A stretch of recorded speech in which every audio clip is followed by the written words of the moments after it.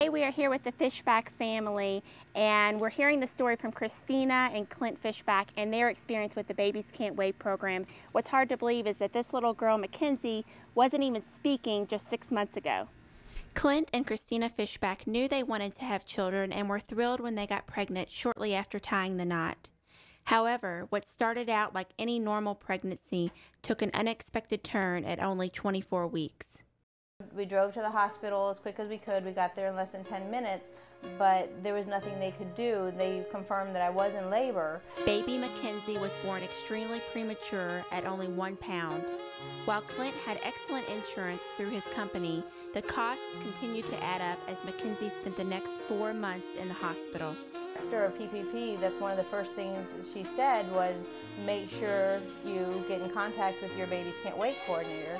And we had no idea what that was, but I took taking notes. I'm like, okay, I said the minute we get out of here, the first thing we got to do is make sure we hook up with our Babies Can't Wait coordinators. Bills don't stop just because you're discharged from the NICU and are healthy enough to go home. You've got all of the therapies and everything comes together, and that's where Babies Can't Wait came in. It is tough with the special needs, especially that early.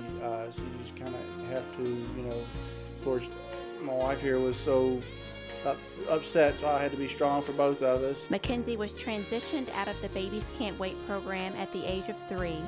While her therapy continued at home, Mother Christina continued to notice some significant differences in her child, but was told by doctors to be patient.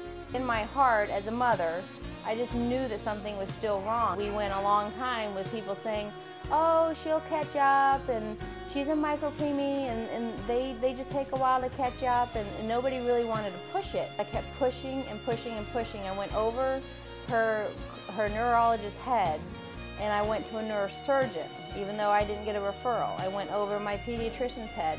When we went to the neurosurgeon, he said, you know what, I think there's something we can do.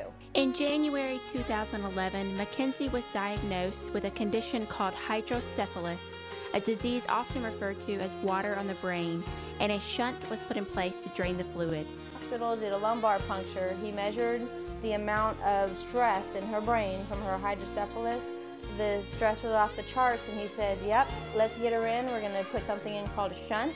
The shunt will drain all of the water from the hydrocephalus, and it should relieve all the pressure from her brain. It's basically like she had a 24-hour, 3-year migraine every single day. Immediately, like the next day after the surgery, she just became the child that you see now. Talking to other mothers who do seem really overwhelmed and stressed, they're not taking advantage of all of the organizations that are out there to help people who are in our kinds of situations.